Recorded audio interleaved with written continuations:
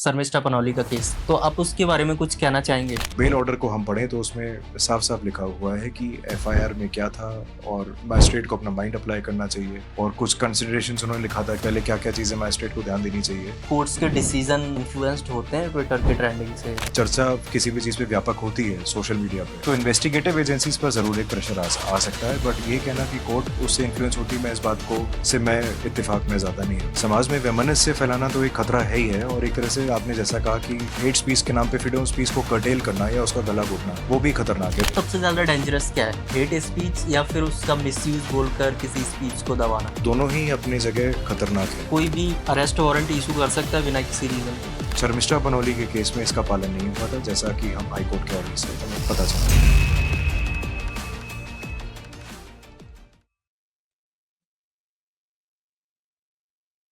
नमस्कार दोस्तों, welcome to legal lab. स्वागत है आपका लीगल लैब के एक और एपिसोड में। मैं हूं आपका होस्ट दिनेश कुमार और आज हमारे साथ हैं एडवोकेट ऋषभ खारेसर। सर, वेलकम है आपका। नमस्कार दिनेश जी।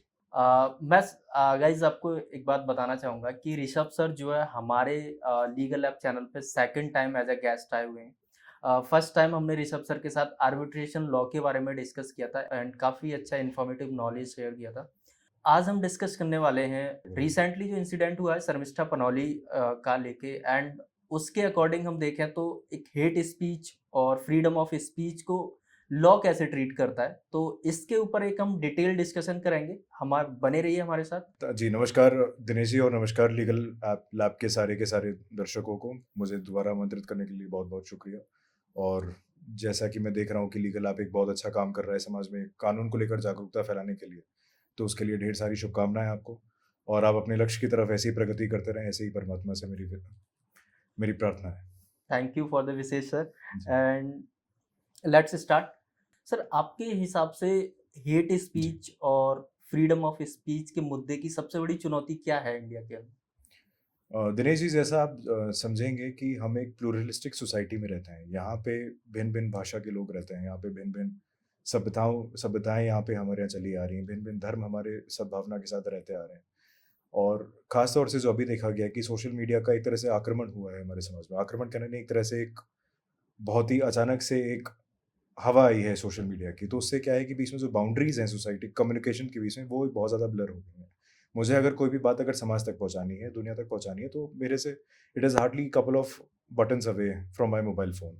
तो उसके तहत इसकी एक बहुत ही सेंसिटिव इशू है इस तरह को देखने के कि ठीक है, फ्रीडम ऑफ स्पीच मुझे कानून देता है, बट उसकी बाउंड्री कहाँ पे ख़त्म होती है और कहाँ से मैं कुछ ऐसा कर सकता हूँ कि जिससे समाज में एक वैमनस्य फैले या एक किसी भी तरह से 2 कम्युनिटीज़ के बीच में किसी तरह से इंसाइटमेंट फैले, तो कहाँ पे वो बाउंड्री खत्म होती है और कहाँ पे हम लोग को ध्यान रखना चाहिए। तो इस परिप्रेक्ष्य में हमें इस सब्जेक्ट को डील करने की आवश्यकता है। आपके हिसाब से सबसे ज़्यादा डेंजरस क्या है, एक हेट स्पीच या फिर उसका मिसयूज बोलकर किसी स्पीच को दबाना? दिनेश जी देखिए, एक जेनेरिक एक वे में अगर एक मैं प्रिंसिपल स्टैंड लूँ, तो दोनों ही अपनी जगह खतरनाक हैं।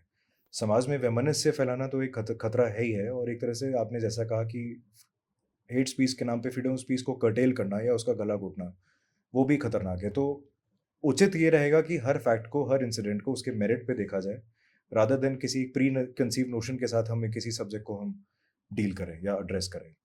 सर, आर्टिकल 19(1) ये कहता है कि फ्रीडम ऑफ स्पीच है, जी, बट सेक्शन 295 ये बोलता है कि किसी का रिलीजियस सेंटिमेंट हर्ट नहीं होना चाहिए। जी। तो इसमें एग्जैक्ट जो ड्रॉ लाइन है वो कहाँ खिंचती है? और दिनेश जी आर्टिकल 19 की जैसे आपने चर्चा की, तो आर्टिकल 19 के प्रोविज़ो में ही लिखा हुआ है कि कहाँ-कहाँ पे क्या-क्या रिस्ट्रिक्शंस फ्रीडम ऑफ स्पीच पे एग्ज़िस्ट करेंगे। अगर मैं एग्ज़ाम्पल के साथ आपको बताऊँ तो public morality, public order, incitement to violence, ये these are some of the conditions जो आर्टिकल 19 खुद कह देता है कि फ्रीडम ऑफ स्पीच का इस्तेमाल इन सब चीज़ों के लिए नहीं किया जाएगा। ओके। और उन सब चीज़ों के लिए जैसे आपने दूसरे संदर्भ में सेक्शन 295 की बात की, तो सेक्शन 295 के संदर्भ में मैं ये कहना चाहूँगा कि उसका एक बहुत ही बेसिक इंग्रीडिएंट है। मान लीजिए कि मेरा किसी प्रकार से डिबेट चल रहा है किसी व्यक्ति के साथ और मैंने कोई बात किसी और कॉन्टेक्स्ट में कही, तो इसका ये मतलब नहीं है कि 295 के तहत मैं कन्विक्शन के योग्य हूँ। देखा ये जाएगा क्या मेरी भावना क्या थी, क्या मेरे मन में कोई दुर्भावना थी कि मैं ये चीज़ बोल रहा हूँ तो मैं किसी समाज में वैमनस्य फैलाना चाहता हूँ या किसी प्रकार से मैं एक इंसाइट करना चाह रहा हूँ किसी के रिलीजियस फीलिंग्स को, या लिंग्विस्टिक आधार पे मैं एक समाज में कुछ एक बाधा डालना चाहता हूँ लोगों के बीच में। तो एक इंटेंशन जो चीज़ है वो काफ़ी पैरामाउंट है इस तरह के केसेस में। जब इसकी बात आती है कि किसी के सेंटिमेंट हर्ट्स नहीं होना चाहिए, अब मैं बोलूँ कि कोर्ट्स के अंदर ये चीज़ें प्रूव कैसे होती हैं? क्या किसी इंसान का ये बोल देना ही कि मैं हर्ट हो गया मतलब काफ़ी है?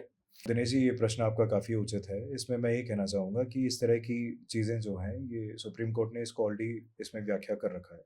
तो सुप्रीम कोर्ट के अनुसार ये है कि स्ट्रॉन्ग माइंडेड, करेजियस मैन, क्या इस तरह के व्यक्तियों की के मन में क्या कोई किसी प्रकार का वैमनस्य आ सकता है? ना कि उन व्यक्तियों के लिए जो हर जगह, हर चीज़ में कुछ ढूँढते रहते हैं कि ये सही है, ये गलत है। और ये मैं अपना एक निजी मत नहीं दे रहा हूँ, ये honourable supreme court of India ने इसको बहुत ही इलैबोरेट वे में इसको क्लैरिफ़ाई किया है। तो वो एक मापदंड होना चाहिए। दिनेश जी, जैसा मैंने आपको बताया कि सेक्शन 295 के ए के अनुसार एक प्राइमरी इंग्रीडिएंट उसका होना ज़रूरी है कि मेरे मन में एक मैलिशियस इंटेंट होना चाहिए, कि उस इंटेंट के तहत मैं समाज में एक वैमनस्य फैला रहा हूँ। मैंने कोई बात किसी और संदर्भ में कही, लेकिन अगर वो कोई सामने वाला कहता है कि नहीं ये मैलिशियस इंटेंट फैला रही है बात, तो ज़रूरी नहीं है कि 295 ए का गिल्टी हूँ मैं। इसके लिए हमें इस संदर्भ में समझना पड़ेगा कि आदमी के अंदर का उद्देश्य क्या था। अब इसमें स्टेट ऑफ महाराष्ट्र का एक जजमेंट आया था, जो लॉ कमीशन ऑफ इंडिया ने भी इसको साइट किया है। तो सुप्रीम कोर्ट ने उसमें बड़ा क्लियरली कहा था कि स्ट्रॉन्ग माइंडेड, करेजियस मैन किस तरह से उस चीज़ को लेते हैं, हमें उस पोर्शन में रखकर किसी भी स्टेट को, किसी भी स्टेटमेंट को या किसी भी ऑफेंडिंग आर्टिकल को हमें ट्रीट करना पड़ेगा, ना कि ऐसे व्यक्ति के हिसाब से जो हर चीज़ में मीन मेक निकालता है। अभी होता क्या है कि कोई भी कंट्रोवर्सी होती है ना? कुछ भी जी, होता है जी, तो जी, ट्विटर पे हैशटैग ट्रेंड्स होते जी, हैं। जी।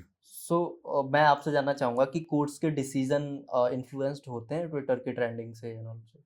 सर, ये कहना उचित नहीं होगा मेरे हिसाब से, क्योंकि मेरा ये जो मानना है और जो मेरी समझ भी है कि कोर्ट हमेशा फैक्ट और एविडेंस और कानून पर चलता है।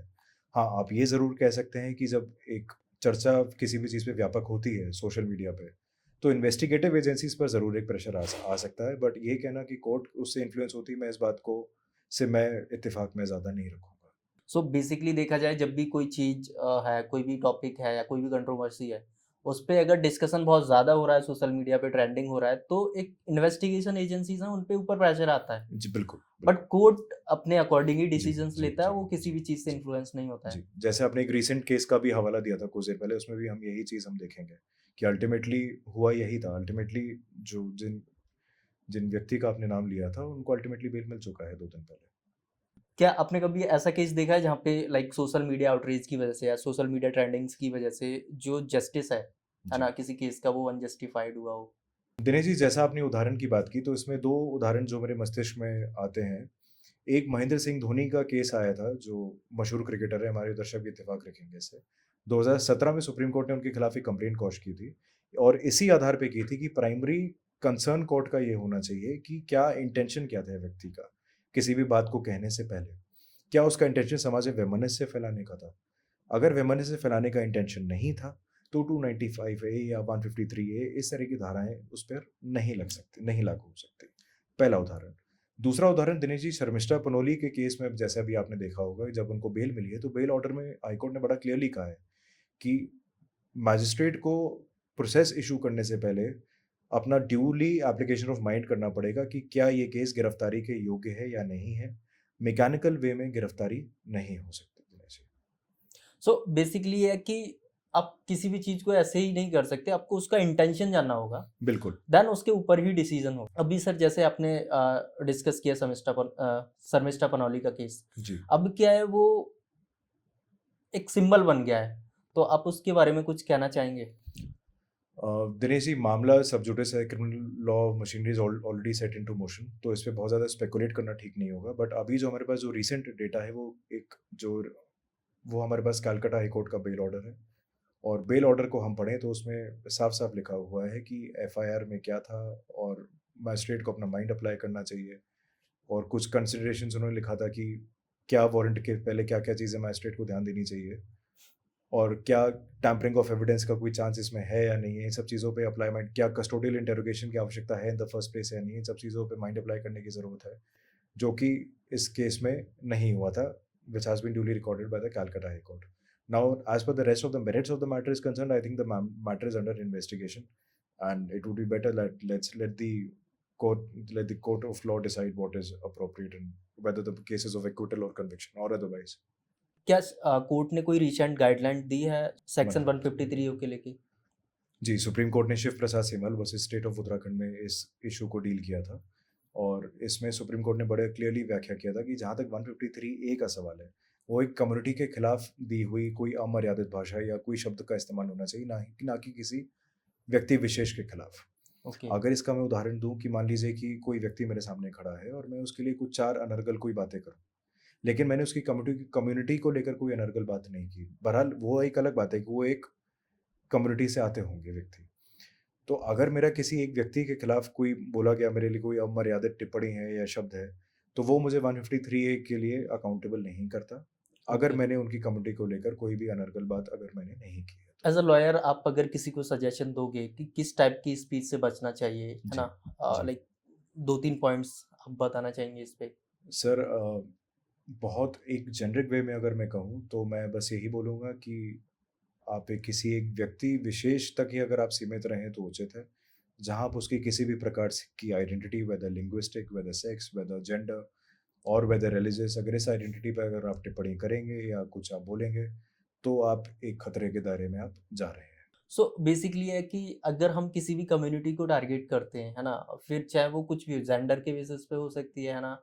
एंड रिलीजन के बेसिस पे हो सकती है, कास्ट के जी, बेसिस पे हो सकती जी, है। अगर जी, हम उसके लेके कुछ बोल रहे हैं तो जी। फिर वो हमारे लिए डेंजर है। डेंजरस ज़ोन में चला जाएगा। जी, दिनेश जी। कोई पर्सन कोई बात बोल रहा है और ये बोल रहा है कि ये मेरा ओपिनियन है, एंड दूसरा पर्सन बोल रहा है कि मैं हर्ट हो गया, तो लॉ जो है किसकी साइड लेता है यहाँ पे? दिनेश जी, जैसा मैंने अभी शुरुआत में बताया था कि इसमें एक इंटेंशन एक बहुत ही पैरामाउंट चीज़ है, एक तरह से ग्रैंड नॉर्म है, एक न्यूक्लियस है इस ऑफेंस का। तो कानून उसको इस तरह से देखेगा कि क्या उसका उद्देश्य क्या था वो बात कहने से पहले। क्या उसका उद्देश्य इस समाज में वैमनस्य फैलाने का था? अगर उसका उद्देश्य वो था तो हाँ, कानून बिल्कुल करेगा इंटरफेयर, कानून को करना चाहिए इंटरफेयर। इसलिए मैं कहूँगा कि हमें बहुत ही सोच समझ कर आज के स आज के परिप्रेक्ष्य में हमें अपनी बात कहनी चाहिए जिससे समाज में एक सर्वधर्म समभाव बना रहे। क्या फ्रीडम ऑफ स्पीच एब्सोल्यूट है? Dinesh ji, freedom of speech absolute नहीं कह सकते हम लोग क्योंकि उसके रीजनेबल रिस्ट्रिक्शंस हैं और रीजनेबल रिस्ट्रिक्शंस अगर मैं कुछ आपको बताऊं तो public order whatever you say should not violate public order, public morality और incite violence or to some extent should not be defamatory as well as far as one individual is concerned. अगर किसी की feeling hertz होती हैं but public order breach नहीं होता, जी। तो ये ऑफेंस है? जी दिनेश जी, बिल्कुल ऑफेंस होगा। जैसे मैंने बताया जो ग्रैंड नॉर्म है, जो न्यूक्लियस है इस ऑफेंस का वो इंटेंशन है। अगर कानून को ये लगता है कि मेरा इंटेंशन समाज में वैमनस्य फैलाने का था, पब्लिक ऑर्डर वायलेट करने का था, तो irrespective of the fact whether public order the violation of public order actually materialised और not, that is immaterial and the law will of course take its own course once my intention to violate public order stands established. क्या magistrate कोई भी arrest warrant issue कर सकता है बिना किसी reason के?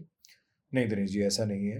अवनीश कुमार में सुप्रीम कोर्ट की गाइडलाइंस बड़ी क्लियर है। जहाँ पर 7 साल से कम की सज़ा है, तो उसमें मैजिस्ट्रेट को सैटिस्फाई करना ज़रूरी है कि क्या अरेस्ट अनिवार्य है और अगर अनिवार्य है, तो क्यों अनिवार्य है, उसके डिटेल्स देना ज़रूरी है। शर्मिष्ठा बनोली के केस में इसका पालन नहीं हुआ था, जैसा कि हम हाई कोर्ट के ऑर्डर से हमें पता चलता है। अगर किसी को बेल मिल जाती है तो इसका मतलब ये है कि उसको कोर्ट ने क्लीन चिट दे दी क्या? नहीं, बिल्कुल नहीं दिनेश जी। बेल का मतलब है एक तरह से interim liberty. Interim liberty while my trial is undergoing on. Bail अगर मुझे मिल गया कोर्ट से कुछ कंडीशन का पालन करते हुए कि जैसे फॉर एग्ज़ाम्पल मुझे एविडेंस टैम्पर नहीं करनी है, मुझे इन्वेस्टिगेशन में कोऑपरेट करना पड़ेगा या मुझे कोर्ट जब भी बुलाए मुझे जाना पड़ेगा। इसका ये मतलब नहीं है कि मुझे एक तरह से क्लीन चिट मिल गई। क्लीन चिट मुझे तभी मिलेगा जब मुझे कोर्ट एक्विट कर देगा।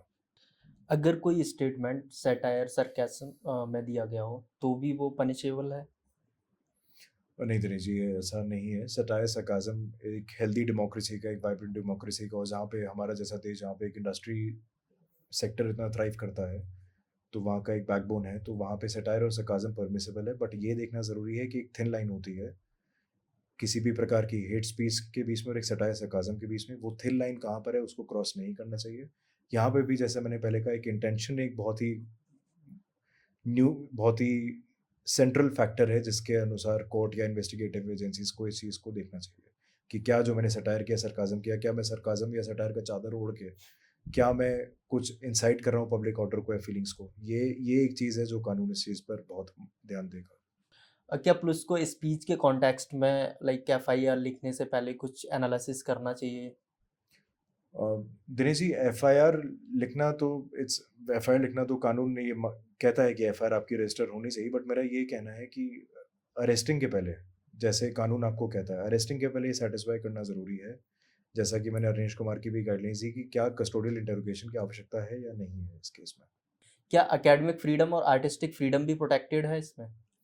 जी, बिल्कुल प्रोटेक्टेड है, और आर्टिस्टिक फ्रीडम प्रोटेक्टेड है, एकेडमिक डिस्कशंस प्रोटेक्टेड हैं, और कोई भी एक हेल्दी डिबेट प्रोटेक्टेड है, बशर्ते उसमें एक मेरा इंटेंट कहीं से ना दिखे कि मैं कोई ऐसी बात मैं ऐसे ही कह रहा हूँ जानबूझ के कि किसी को नीचा दिखाने के लिए, या कि कोई एक भड़काऊ बयान दे रहा हूँ इस समाज में वैमनस्य फैलाने के लिए, दिनेश जी।